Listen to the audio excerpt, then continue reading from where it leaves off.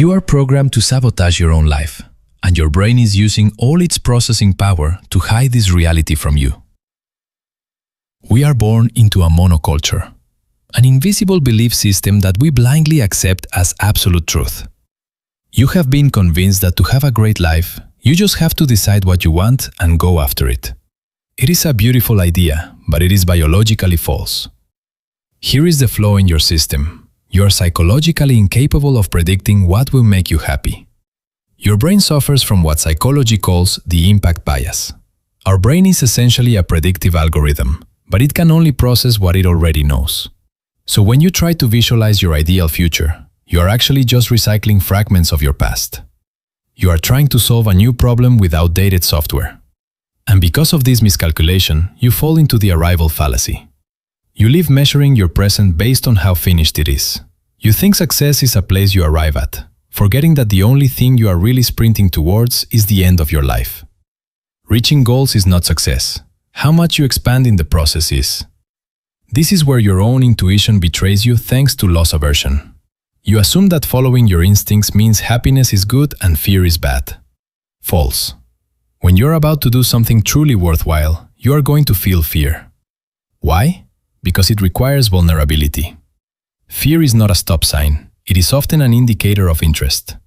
In fact, to avoid that vulnerability of going out to get what you really want, your brain applies a brilliant distraction tactic.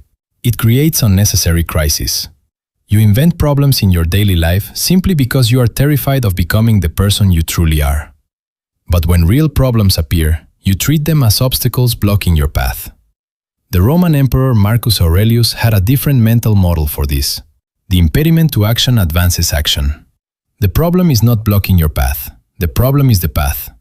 It is the catalyst that forces you to step out of your comfort zone and optimize your behavior. And if you think your problems are other people, beware of the projection bias. Have you ever been infuriated by someone else's behavior? That anger is just self-recognition. You are seeing your shadow self. We hate in others the parts of ourselves that we were conditioned to repress. The next time someone deeply irritates you, ask yourself what part of yourself you are refusing to integrate. Current neuroscience, grounded in research like that of Daniel Gilbert, shows us that your past does not define you. Your memories are not an unchangeable archive. They change as you change. You cannot change your beliefs simply by sitting around thinking differently. You have to go out and seek new experiences that make those new beliefs self-evident. Applying the 80-20 principle, if you fix just these 20% of your subconscious behaviors, you will eliminate 80% of the friction in your life. You do not need more information in your head. You need better mental models. If you are ready to stop sabotaging yourself and start optimizing your mind, subscribe. See you in the next video.